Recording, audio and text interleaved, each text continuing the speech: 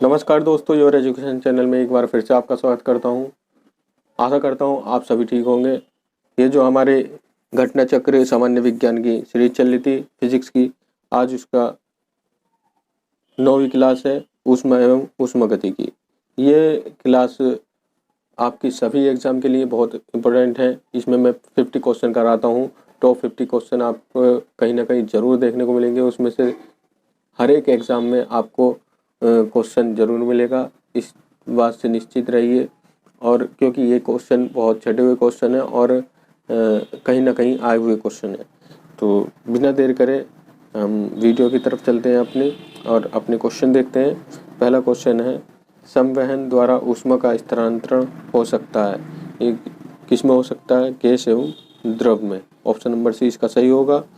अगले क्वेश्चन की तरफ चलते हैं। 100 डिग्री सेंटीग्रेड की वाष्प द्वारा उत्पन्न जलन उसी ताप के पानी द्वारा उत्पन्न जलन से अधिक गंभीर होती है। क्यों होती है? क्योंकि आपको सभी को पता है वाष्प द्वारा अधिक ऊष्मा दी जाती है। ठीक है, अगले क्वेश्चन की तरफ चलते हैं। भाप से हाथ अधिक जलता है अपेक्षाकृत उबलते जल से। क्यों होता है ऐसा? क्योंकि भाप में गुप्त ऊष्मा होती है। ठीक है, अगले क्वेश्चन की तरफ चलते हैं। क्वेश्चन नंबर 4, 1 ग्राम बर्फ को 0 डिग्री सेंटीग्रेड तापक्रम से वाष्प में 100 डिग्री सेंटीग्रेड तापक्रम तक ले जाने के लिए कितने कैलोरी ऊष्मा की आवश्यकता होगी? तो इसके लिए होगी 720 कैलोरी की। ठीक है, अगले क्वेश्चन की तरफ चलते हैं। अगला क्वेश्चन है, कितना तापमान होने पर पाठ्यांक सेल्सियस और फ़ारेनहाइट तापमापियों में एक ही होंगे? तो कब होंगे ये -40 डिग्री सेंटीग्रेड होने पर। ठीक है दोस्तों, ये वीडियो आपको बहुत ही काम आने वाली है। टॉप 50 की सीरीज़ में लेकर आया हूँ और हर एक सब्जेक्ट की टॉप 50 की सीरीज़ यहाँ पर आपको मिलेगी। चाहे वो फिजिक्स हुआ, ज्योग्राफी हुआ, हिस्ट्री हुआ या पॉलिटी हुआ, और भी अलग अलग सब्जेक्ट सबकी घटना चक्र की मैं टॉप 50 की हर एक चैप्टर वाइज सीरीज शुरू करी है और सभी सीरीज आपको मिलेंगी। हिंदी, यहाँ तक कि हिंदी की भी मैंने शुरू कर दी है, साहित्य हिंदी की। आप जाकर प्ले लिस्ट में देख सकते हैं, डिस्क्रिप्शन में सारी प्ले लिस्ट मैंने डाल रखी है। और अगर जो आपको वीडियो पसंद आ रहा हो तो इसे लाइक ज़रूर करें और अपने साथियों के साथ शेयर भी करें। और जो भी नया हमारे चैनल पर आया वो इसको सब्सक्राइब कर लें और बेल आइकन के बटन को दबा दें, क्योंकि यहाँ पर टॉप 50 की सीरीज कभी ख़त्म नहीं होगी, ये हमेशा चलती रहेगी। ठीक है, अगला क्वेश्चन है हमारा, कितने डिग्री पर सेंटीग्रेड एवं फ़ारेनहाइट तापमान समान होते हैं? -40 डिग्री। ऑप्शन नंबर डी इसका सही होगा। अगले क्वेश्चन की तरफ चलते हैं। किस बिंदु पर फ़ारेनहाइट तापक्रम सेंटीग्रेड तापमान का दुगना होगा? तो ये कितने पर होगा? 160 डिग्री सेंटीग्रेड पर। ठीक है, अगले क्वेश्चन की तरफ चलते हैं। क्वेश्चन नंबर 8, एक स्वस्थ मनुष्य के शरीर का तापमान होता है, कितना होता है स्वस्थ मनुष्य का? 37 डिग्री सेंटीग्रेड होता है, क्योंकि एक स्वस्थ मनुष्य के शरीर का तापमान 36.9 डिग्री सेंटीग्रेड या 98.6 डिग्री फ़ारेनहाइट होता है। ठीक है, फ़ारेनहाइट में पूछेगा तो 98.6 डिग्री फ़ारेनहाइट। ठीक है, ये याद रखना। यदि शरीर का तापमान इससे कम या ज़्यादा होता है तो आदमी बीमार पड़ जाता है। यदि शरीर के तापमान अर्थात 37 डिग्री सेंटीग्रेड को केल्विन में बदले तो इसको हम केल्विन में बदलेंगे तो 273 प्लस 37 बराबर 310 केल्विन होगा। ठीक है, अगले क्वेश्चन की तरफ चलते हैं। क्वेश्चन नंबर 9, केल्विन मान से मानव शरीर का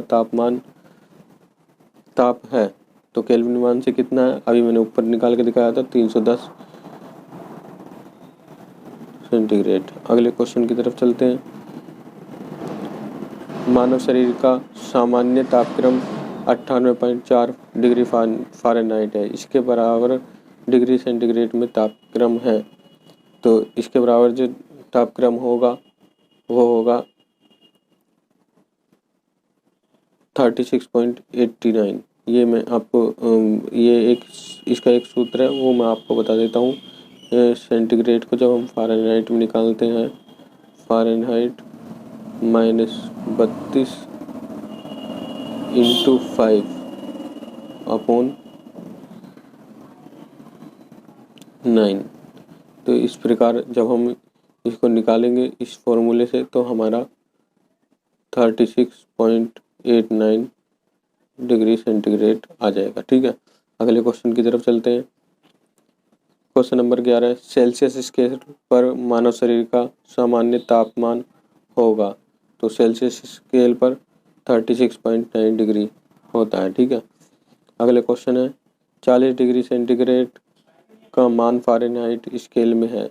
तो फ़ारेनहाइट स्केल में जब मान होगा इसका, आइए हम इसको निकाल कर ही देख लेते हैं। मैं आपको निकालना सिखा देता हूँ इसका, क्योंकि फ़ारेनहाइट बराबर होता है 9/5 + 32, जहाँ C जो है ये सेंटीग्रेड तापक्रम है और फ़ारेनहाइट तापक्रम है। तो इसकी 9/5 × 40 + 32, तो ये कितना हो जाएगा, ये 8 बार जाएगा, 8 नहीं 72 + 32 = 104। तो 40 डिग्री का जो तापक्रम होगा फ़ारेनहाइट में ये होगा 104 degree Fahrenheit. Option number A इसका सही होगा। अगले क्वेश्चन की तरफ चलते हैं। अगला क्वेश्चन है क्वेश्चन नंबर 13, 50 डिग्री सेंटीग्रेड का मान फ़ारेनहाइट स्केल में है। तो इसको अभी जो मैंने ऊपर वाला निकाला था इस फॉर्मूले से, फ़ारेनहाइट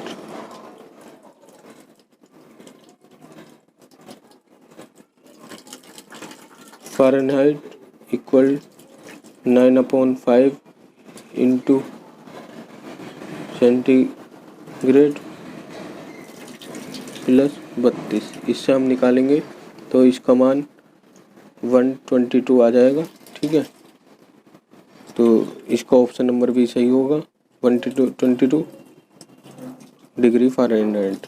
अगले क्वेश्चन की तरफ चलते हैं। क्वेश्चन नंबर 15, ठंडे देशों में पारा के स्थान पर अल्कोहल को तापमापी द्रव के रूप में वरीयता दी जाती है। क्यों दी जाती है? क्योंकि अल्कोहल का द्रव्यांक निम्नतर होता है। ऑप्शन नंबर ए इसका सही हो जाएगा। अगले क्वेश्चन की तरफ चलते हैं। क्वेश्चन नंबर 16, स्वचालित इंजनों हेतु निम्नलिखित में से कौन सा एक हिमरोधी है, हिमरोधी के तौर पर प्रयुक्त होता है? तो हिमरोधी के तौर पर क्या प्रयुक्त होता है? ये एथिलीन ग्लाइकोल। अगले क्वेश्चन की तरफ चलते हैं। क्वेश्चन नंबर 16, स्वचालित इंजनों हेतु निम्नलिखित में से कौन सा एक हिमरोधी के तौर पर प्रयुक्त होता है? ये अभी बताया था, ethylene glycol. Option number B सही होगा। अगले क्वेश्चन की तरफ, परम शून्य ताप क्या है? परम शून्य ताप क्या होता है? ये होता है सैद्धांतिक रूप से न्यूनतम संभव तापमान। ऑप्शन नंबर बी इसका सही होगा। अगले क्वेश्चन की तरफ चलते हैं। कर्म करने से विस्तारण क्या होता है? ये होता है पदार्थ का घनत्व घटा देता है। ठीक है, अगले क्वेश्चन की तरफ चलते हैं।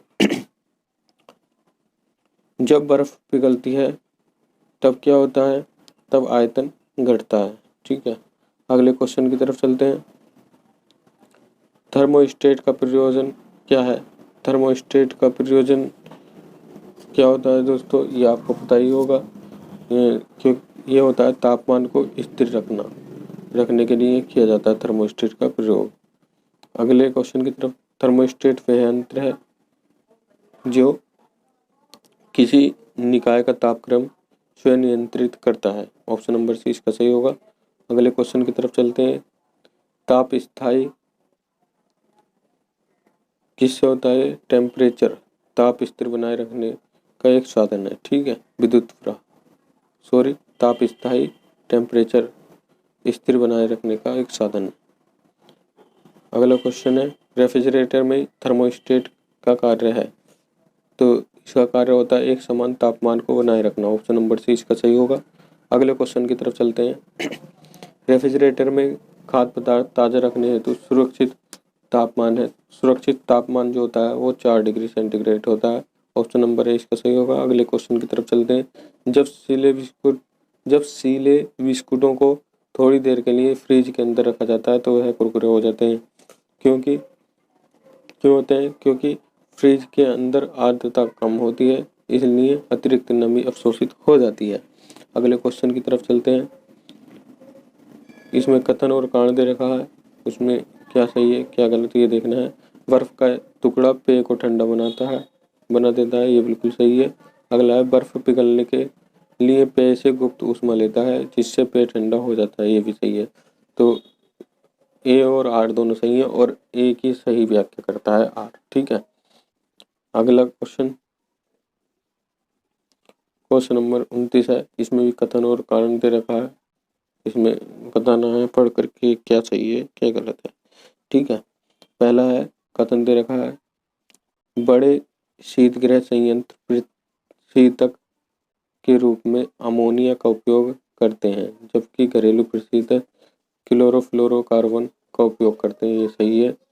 कारण, अमोनिया को कम दाब एवं परिवेश ताप पर द्रवित किया जा सकता है, ये गलत है। तो इसका जो ऑप्शन सही हो जाएगा, ये ऑप्शन नंबर सी इसका सही हो जाएगा। ए सही है परंतु आर गलत है। अगले क्वेश्चन की तरफ चलते हैं।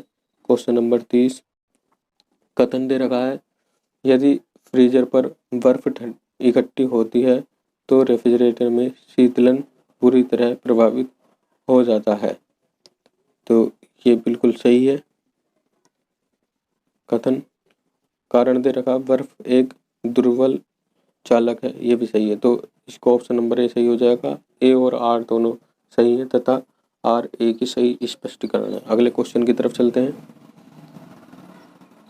इसमें कथन दे रखा है, कृष्ण क्षेत्र एक ऐसा खगोलीय अस्तित्व है जिसे दूरबीन से नहीं देखा जा सकता, तो ये बिल्कुल सही है। कारण दे रखा है, एक कृष्ण छिद्र पर गुरुत्वीय क्षेत्र इतना प्रबल होता है कि यह प्रकाश को भी बच निकलने नहीं देता, ये बिल्कुल सही है। तो ए और आर दोनों सही हैं और आर ए का सही स्पष्टीकरण है, ऑप्शन ए सही हो जाएगा इसका। अगले क्वेश्चन की तरफ चलते हैं।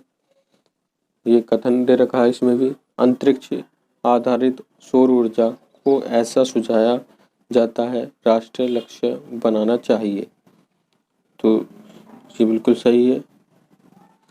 कारण है, अंतरिक्ष आधारित सौर ऊर्जा की आपूर्ति वर्ष में बिना रुके 99% और इसके अलावा ऊर्जा की बहुतायत में उपलब्धता है, ये कारण भी सही है। तो दोनों सही हो जाएंगे, ए और आर सही है और आर ए की सही स्पष्टीकरण है, तो ऑप्शन नंबर ए इसका सही हो जाएगा। अगले क्वेश्चन की तरफ चलते हैं।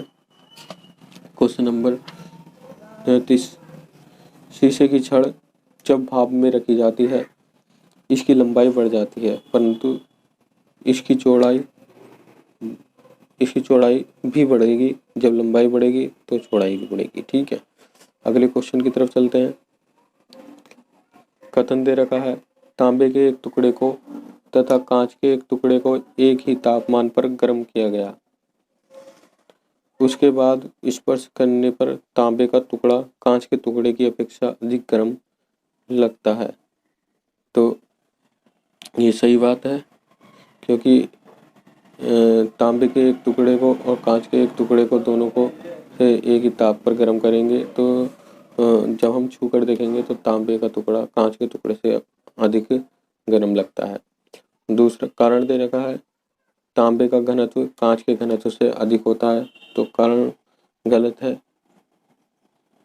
ठीक है, क्योंकि तांबे का घनत्व कांच के घनत्व से अधिक नहीं होता, कम होता है, तो इसका ये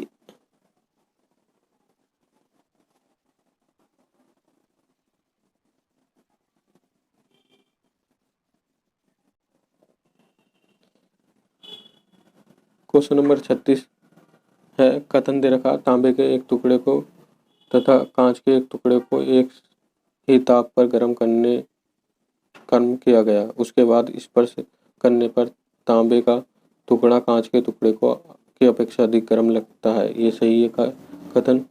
कारण दे रखा है, तांबे का घनत्व कांच के घनत्व से अधिक होता है, ये भी सही है, लेकिन ये स्पष्टीकरण इसका नहीं कर रहा है, तो बी सही होगा। ए आर दोनों सही है परंतु आर ए का सही स्पष्टीकरण नहीं है। अगला क्वेश्चन है, ठंड के दिनों में लोहे के गुटके और लकड़ी के गुटके को प्रातःकाल में छुए तो लोहे का गुटका ठंडा लगता है, क्यों? क्योंकि लकड़ी की तुलना में लोहा ऊष्मा का अच्छा चालक है। ऑप्शन नंबर बी इसका सही हो जाएगा। अगले क्वेश्चन की तरफ चलते हैं। यदि हवा का तापमान बढ़ता है तो उसकी जल वाष्प ग्रहण करने की क्षमता भी बढ़ेगी। ऑप्शन नंबर बी सही है। अगले क्वेश्चन की तरफ चलते हैं। तेज हवा वाली रात्रि में ओस नहीं बनती, क्यों नहीं बनती है? क्योंकि बाष्पीकरण की दर तेज हो जाती है।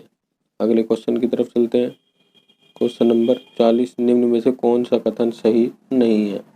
तो इनमें कथन दे रखे हैं और कौन सा सही नहीं है ये देखेंगे। एयर कंडीशनर और एयर कूलर दोनों तापक्रम नियंत्रण करते हैं, ये सही है। दूसरे तरीका, एयर कंडीशनर और एयर कूलर दोनों आर्द्रता नियंत्रक है, ये गलत है।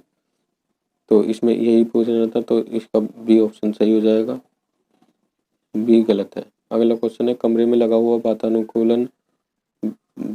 वातानुकूलक क्या नियंत्रित करता है? तो कमरे में लगा जो वातानुकूलक होता है वो केवल आर्द्रता एवं तापक्रम नियंत्रित करता है। अगले क्वेश्चन की तरफ चलते हैं। डेजर्ट कूलर द्वारा शीतलन किस पर आधारित है? तो डेजर्ट कूलर का जो शीतलन होता है वो बाष्प शीतलक होता है और बाष्पीकरण द्वारा वायु को शीतल करता है। ठीक है, अगले क्वेश्चन की तरफ चलते हैं। कमरे को ठंडा किया जा सकता है, कैसे किया जा सकता है? संपीड़ित गैस को छोड़ने से। ठीक है, अब एयर कंडीशनर में संपीड़ित गैस ही प्रयुक्त होती है जिससे कमरे या अन्य स्थान को ठंडा किया जा सकता है। अगले क्वेश्चन की तरफ चलते हैं। निम्नलिखित अवस्थाओं में से किसमें गीले कपड़े सबसे जल्दी सूख जाएंगे? तो किस अवस्था में सूखेंगे? ये सूखेंगे अगर 20% आर्द्रता और 60 डिग्री सेंटीग्रेड तापक्रम हो तो बहुत जल्दी सूखेंगे। ठीक है, अगले क्वेश्चन की तरफ चलते हैं। जब पानी में नमक मिलाया जाता है तो निम्न में से कौन सा परिवर्तन होता है? तो पानी में नमक मिलाते हैं तो उसका क्वथनांक बढ़ता है और जमाव बिंदु घटता है। अगले क्वेश्चन की तरफ चलते हैं। जब पानी में साधारण नमक मिलाया जाता है तो पानी का क्वथनांक बिंदु और हिमांक बिंदु पर क्या प्रभाव पड़ेगा? क्रम से बढ़ेंगे और घटेगा, क्योंकि इसका जो क्वथनांक है वो बढ़ेगा और हिमांक घटेगा। अगले क्वेश्चन की तरफ चलते हैं। ये कथन निष्कर्ष दे रखे हैं, कौन सा सही है कौन सा गलत ये देखेंगे। पहला कथन दे रखा है, ऊंचाई वाले स्थानों में भोजन पकाने के लिए उसमें नमक मिलाया जाता है, तो ये सही है। कारण है, ऊंचाई वाले स्थानों में तापमान कम होता है। कारण सही है, लेकिन वो कारण इसका ये सही स्पष्टीकरण नहीं कर रहा, क्योंकि अधिक ऊंचाई वाले स्थानों पर वायुमंडलीय दाब कम होता है, इसलिए पानी 100 डिग्री सेंटीग्रेड से कम ताप पर उबलने लगता है। जल में नमक मिलाने से जल का क्वथनांक बढ़ जाता है जिससे भोजन शीघ्रता से पक जाता है। तो इसका ऑप्शन नंबर भी सही हो जाएगा। ए व आर दोनों सत्य है, किंतु आर ए का सही व्याख्या नहीं करता है। अगला क्वेश्चन है, थर्मस बोतल में पेय पदार्थ को कुछ समय तक उसी ताप पर रखने के लिए उसकी दीवारों पर निम्न की परत चढ़ाई जाती है। किसकी परत चढ़ाई जाती है इसकी दीवारों पर? ये चढ़ाई जाती है रजत परत। ऑप्शन नंबर सी इसका सही हो जाएगा। अगले क्वेश्चन की तरफ चलते हैं। क्वेश्चन नंबर 49, थर्मस फ्लास्क में लंबे समय तक तरल गर्म या ठंडा रहता है क्योंकि ऊष्मा की कोई हानि अथवा प्राप्ति नहीं होती है। तो ये क्या होता है?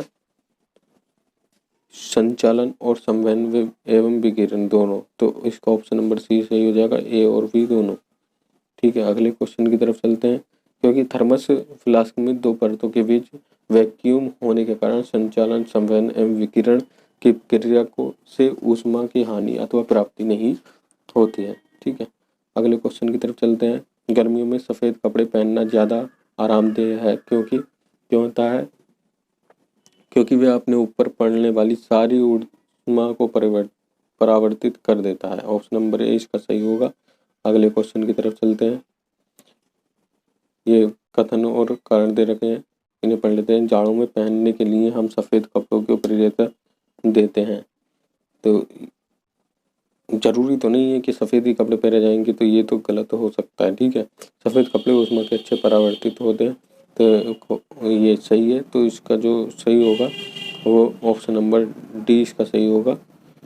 उसमें दे रखा ए भ्रामक है किंतु आर सत्य है। ठीक है, ऑप्शन नंबर डी इसका सही हो जाएगा। अगले क्वेश्चन की तरफ चलते हैं। पसीने का मुख्य उपयोग है। पसीने का जो मुख्य उपयोग होता है वो शरीर का ताप नियंत्रित रखने में होता है। ऑप्शन नंबर ए इसका सही हो जाएगा।